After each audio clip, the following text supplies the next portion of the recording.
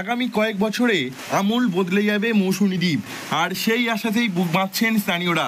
সম্প্রতি আদালতের এক নির্দেশ আশায় বুক বাঁধছেন সকলে। মৌসুমী দ্বীপ আগামী কয়েক বছরের মধ্যে আমূল বদলে যাবে। আদালতের পর্যবেক্ষণ অনুযায়ী মৌসুমী দ্বীপে স্থায়ী কংক্রিটের নদীমাত তৈরি করতে হবে, গড়তে হবে স্বাস্থ্যকেন্দ্র, পাশাপাশি এখানে সেতু নির্মাণের বিষয়টি বিবেচনা করে দেখতে হবে।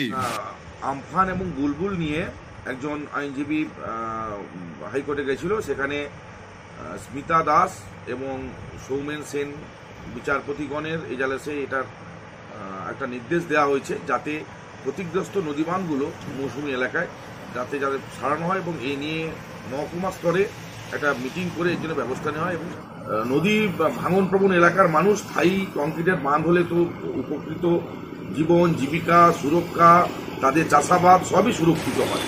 মৌসুমী দ্বীপের বাসিন্দারা এই পরিস্থিতিতে দীর্ঘদিন ধরে দাবি তুলছিলেন কংক্রিটের নদীবাঁধ তৈরি করার জন্য।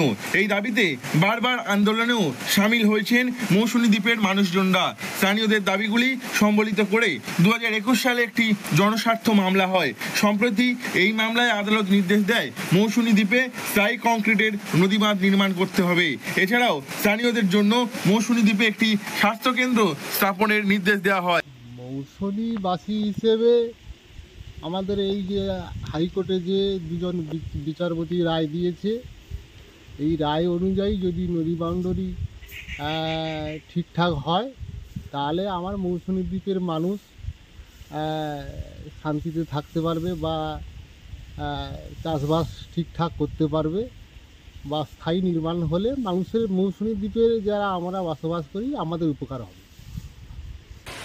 পরিবেশের উপর বিরূপ প্রভাব না পড়লে একটি সেতু নির্মাণের সম্ভাবনা বিবেচনা এবং দ্বীপটির সার্বিক অবকাঠামোর উন্নয়ন ঘটানোর নির্দেশ দেওয়া হয়েছে। আদালতের এই নির্দেশে খুশি স্থানীয়রা। বর্তমানে মৌসুমী দ্বীপ পর্যটকদের কাছে একটি জনপ্রিয় স্থান।